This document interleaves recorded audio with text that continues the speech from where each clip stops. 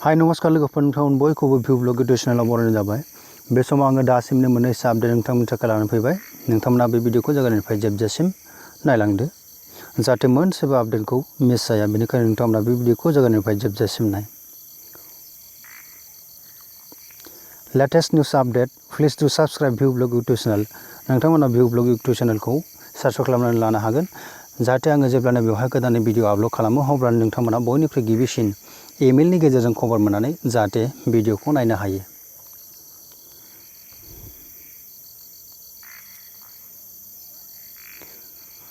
लोगोफोर नोंथांमोना बे समाव आंजों लोगोसे नायफानो हागोन। एक नम्बराव बङाइगावआव 4 कर'ना भाइरास मोन्दों। बङाइगाव डिस्ट्रिक्टआव दिनैनि दिनाव 4 कर'ना भाइरास मोन्दों होननानै दिनै जोङो मोनथिनो मोन्दों फरायजाथाव सुलुंनिफ्राय।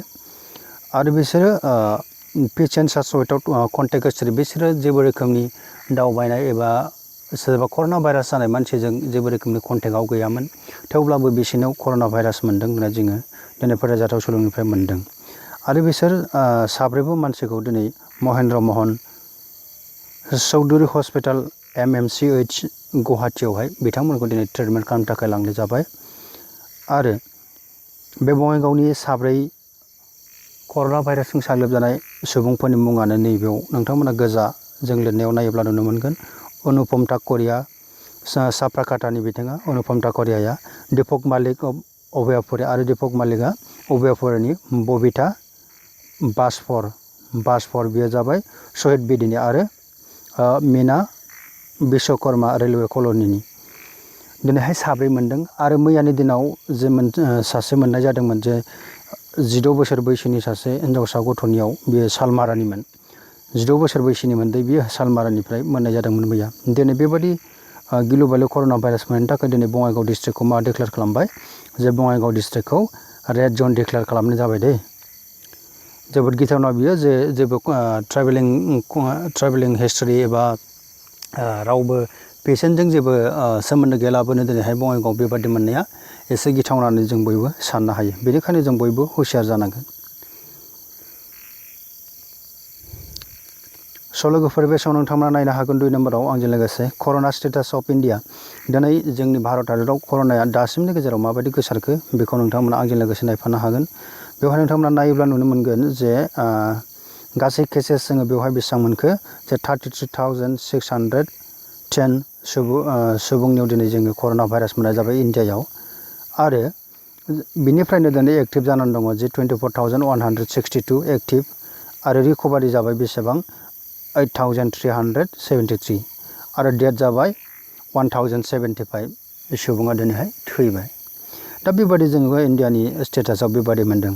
आरो नैबे गोजा खालिजों लिरनाया जाबाय 24 घन्टानि गेजेराव बेबादि आपडेट जानायनि बियो मोनसे सिम्बल। नोंथांमोना बेखौ मिन्थिनानै लानाया मोजां।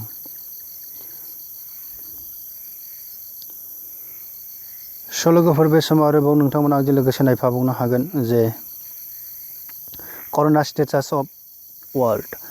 दुलाराय मुलुगाव दिनै कर'ना स्टेटासा माबायदि जानानै दं, माबायदि गोसारनानै दं बेखौ नोंथांमोना बेयाव नायनो हागोन। जे दिनै बेसेबां केसेस मोननाय जाखो बेवहाय नायोब्ला नुनो मोनगोन जे 32,10,532 सुबुंनियाव दिनै केसेस मोननाय जाबाय। बेसेबां जे 32,10,532 सुबुंनियाव केसेस मोननाय जाबाय। आरो दासिम एक्टिभ जानानै दङ 19,96,586 केसेस एक्टिभ जानानै दं दुलाराय मुलुगाव।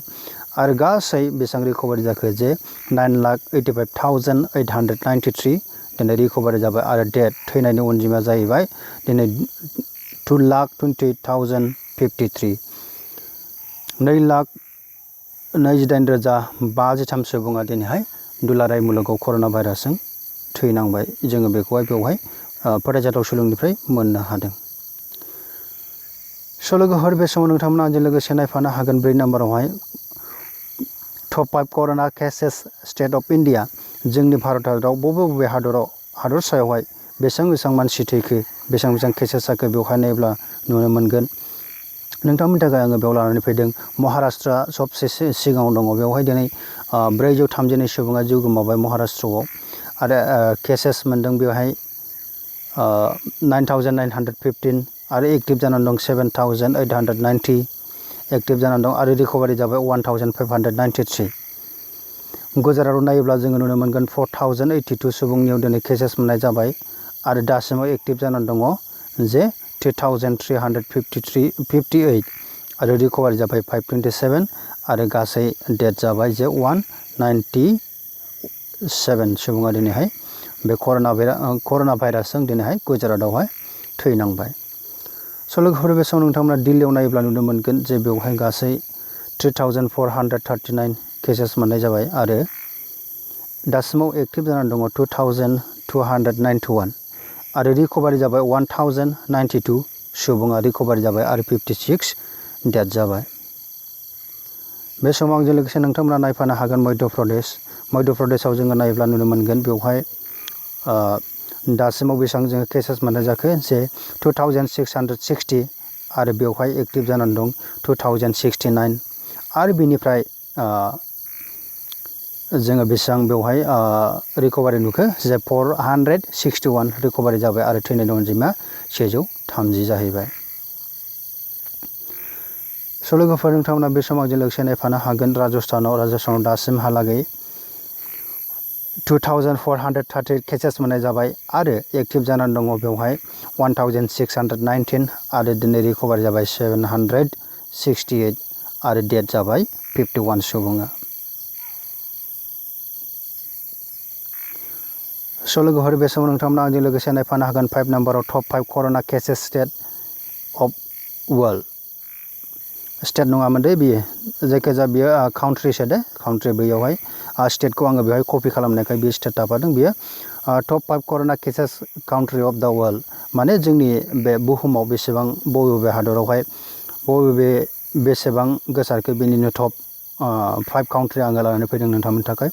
नोंथांमोना बेयाव आंजों लोगोसे नायफायोब्ला नुनो मोनगोन जे बेवहाय दङ 1 नाम्बारावनो इउएसए आव दिनै केसेस मोननाय जाबाय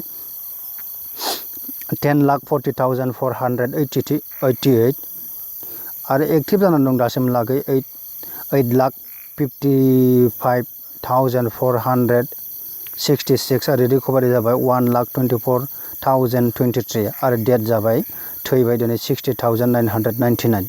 जोङो बेखौ दिनै बेसेबां नुनो मोनदों जे इउएसए आवनो बयनिख्रुइ बांसिन दासिमनि गेजेराव कर'ना भाइरासजों थैनाय सुबुं अनजिमानि डाटाखौ जोङो बेवहाय नुनो मोनदों।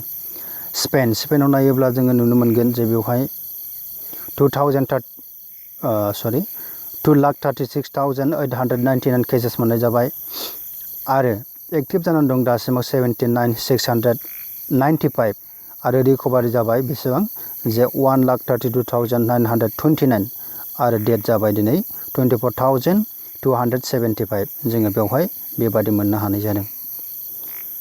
स' लोगोफोर नोंथांमोना बे समाव आंजों लोगोसे नायफानो हागोन इटालियाव जोङो नायोब्ला नुनो मोनगोन बेवहाय इटालियाव दासिमहालागै 2,03,591 केसेस मोननाय जाबाय आरो एक्टिभ जानानै दङ 1,04,657 आरो रिकभारि जाबाय बेनिफ्राय 71,252 आरो डेथ जाबाय थैबाय दिनै 27,682।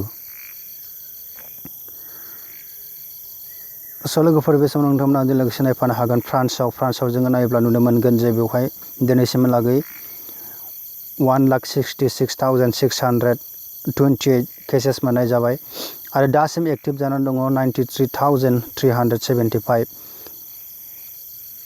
आरो जोङो रिकभारि जानायखौ बेयाव नुनो मोनदों 49,132 आरो डेथ जाबाय थैबाय 24,121। दानिया जोबथारनायाव नोंथांमोना आंजों लोगोसे नायफानो हागोन इउनाइटेड किंडम इंलेन्डआव दिनै जों केसेस मोननाय जादों गासै 1,66,441 आरो एक्टिभ जानानै दं दासिमहालागै 1,39,418 आरो रिकभारि जादों अनलि 857 आरो डेथ जाबाय बेवहाय 26,166।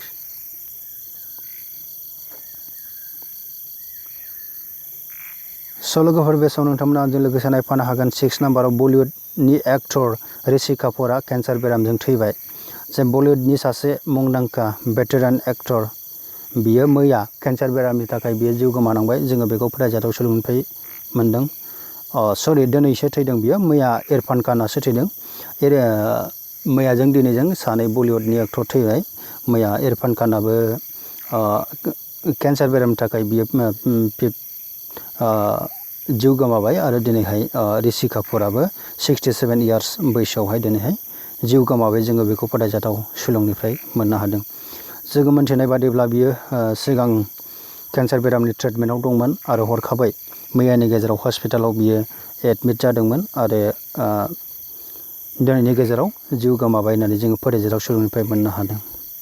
स' लोगोफोर, जोङो बेवहाय नुनो मोनबाय जे कर'ना भाइरासआ दुलाराय मुलुगाव माबायदि गोसारनायजों लोगोसे जोंनि भारत हादर आरो जोंनि आसामावबो माबायदि गोसारफैदो, जोंनि खाथि डिस्ट्रिक्ट बङाइगावसिम माबायदि सफैखो जोङो बेखौ नुनो मोनबाय।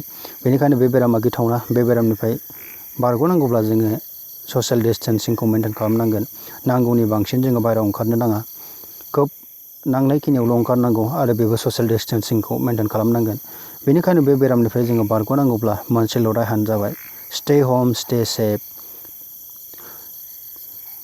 Thank you for watching this video. Bye bye.